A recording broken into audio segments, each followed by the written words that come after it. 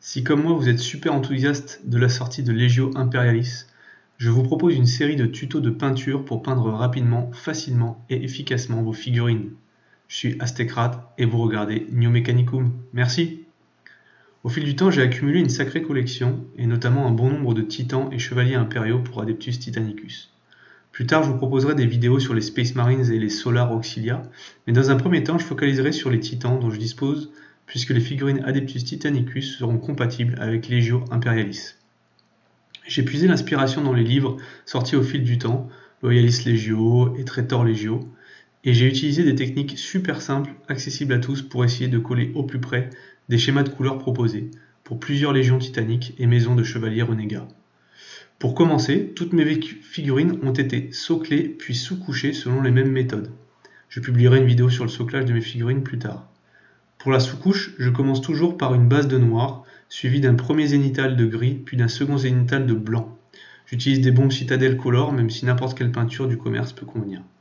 L'importance de la sous-couche, c'est de protéger la figurine et de la préparer à la peinture, en accentuant les ombres naturelles et les éclaircissements.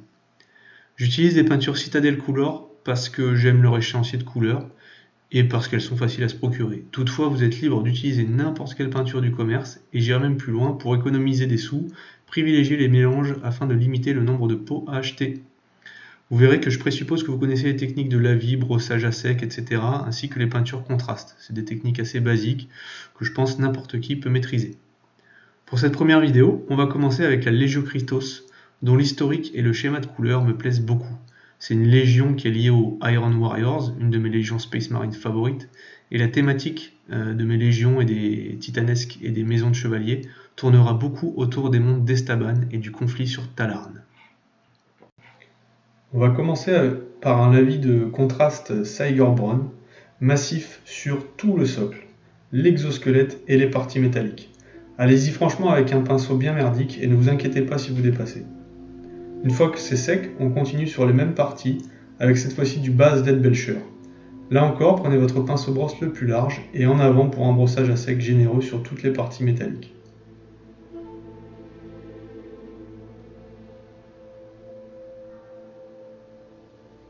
Toujours en brossage, passez une couche de base Warplock bronze sur les bordures. Là encore, ce n'est pas grave si vous dépassez. On poursuit avec le Sycorax bronze, toujours sur les bordures. Ne vous inquiétez pas, c'est normal que la figurine paraisse aussi ratée. C'est ce que j'appelle le mode chaos, c'est très satisfaisant à peindre, c'est le bordel, c'est très facile et on rattrapera tout ça plus tard.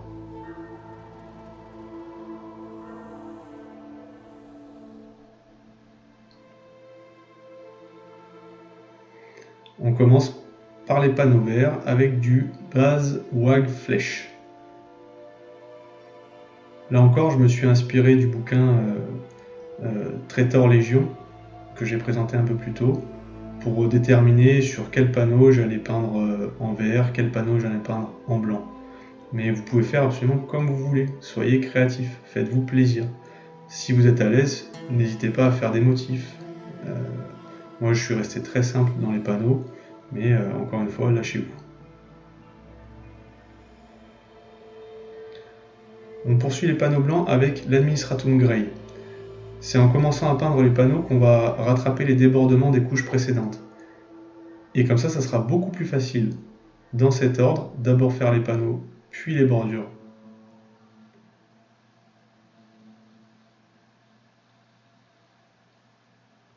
Si on avait commencé d'abord par les panneaux, puis les bordures, le risque c'était de dépasser sur les panneaux. Donc il vaut mieux commencer par les bordures et ensuite faire les panneaux comme on est en train de le faire. C'est plus simple, c'est plus satisfaisant et c'est plus rapide. On poursuit avec un peu de base Cornred pour les optiques, tout ce qui va être les yeux, les viseurs de l'armement, etc. Mais on va faire aussi certains panneaux d'armure. On peut même créer des motifs là encore pour ceux qui se sentiraient plus à l'aise.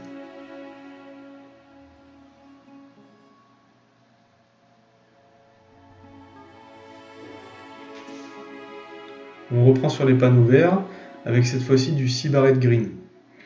Donc c'est une teinte un peu plus claire, un peu plus brillante de vert. L'idée c'est qu'après avoir peint les couches de base, on va donner de la profondeur et de la nuance aux couleurs pour rendre tout ça plus réaliste.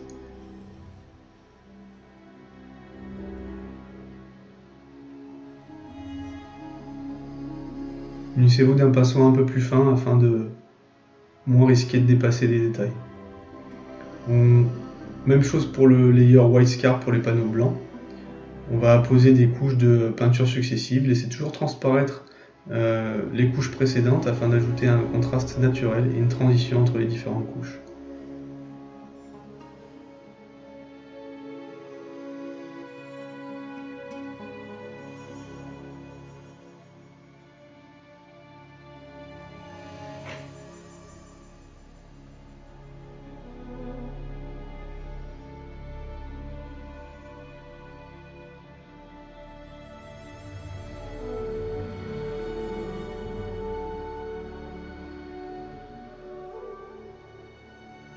Le blanc étant un peu plus difficile à travailler, puisqu'il a un pouvoir couvrant qui est le pouvoir couvrant le plus faible des différents layers. N'hésitez pas à insister en repassant plusieurs fines couches sur les panneaux, notamment les panneaux les plus exposés à la lumière. Ça créera ainsi un effet d'ombrage qui paraîtra naturel, tout en évitant un aspect trop propre et trop clean qui ne correspond pas du tout à des titans qui se font la guerre.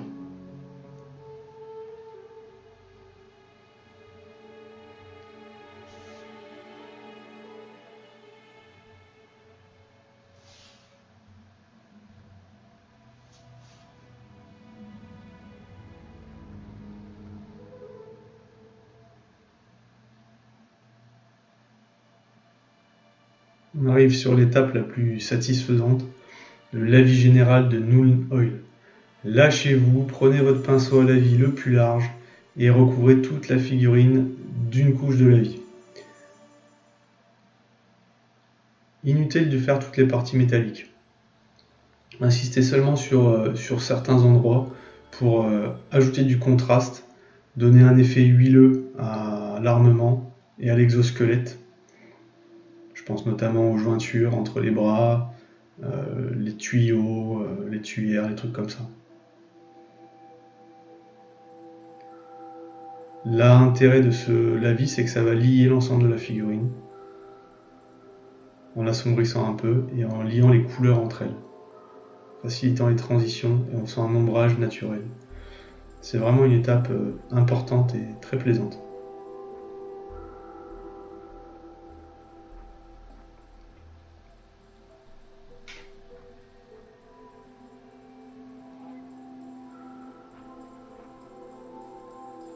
Pendant que le reste de la figurine sèche, on va commencer à peindre le socle en quelques étapes.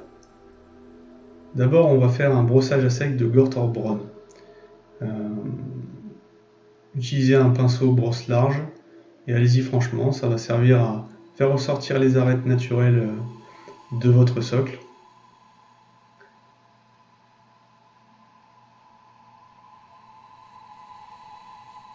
Et tapotez les pattes du titan, c'est le stippling, ce qui servira à simuler un effet de salissure réaliste.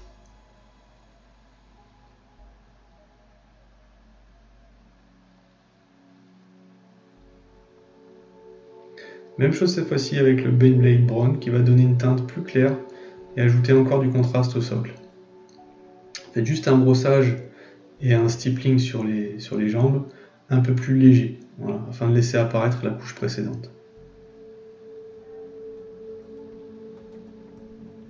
Pareil avec le Nurgling Green, cette fois-ci le brossage sera encore plus léger, on insistera tout particulièrement sur les rebords du socle et on utilisera un mouvement du bas vers le haut comme pour simuler un sol touché par des armes radioactives et toxiques. On reprendra avec le Evilstone Scarlet une fois que la figurine a bien eu le temps de sécher, mais cette fois-ci uniquement pour les optiques et les panneaux rouges. Cette étape et celle d'après sont totalement optionnelles car votre figurine est déjà battle ready, elle est prête au combat.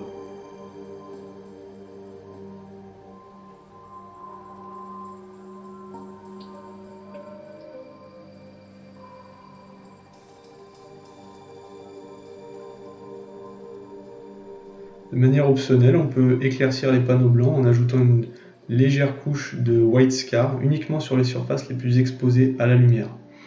Toujours pareil, afin de renforcer l'ombrage naturel et le contraste de la figurine. La figurine aura un rendu un peu plus net si vous faites cette étape-là.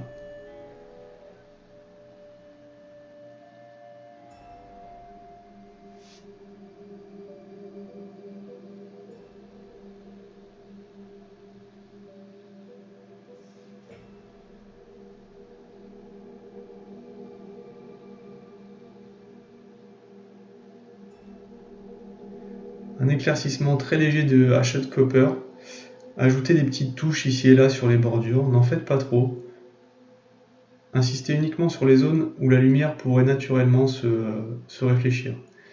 N'hésitez pas à passer un pinceau un peu plus fin afin d'avoir un meilleur contrôle sur les zones que vous souhaitez éclaircir, celles qui vont attirer naturellement le regard, comme par exemple l'Aquila sur le dos de la carapace.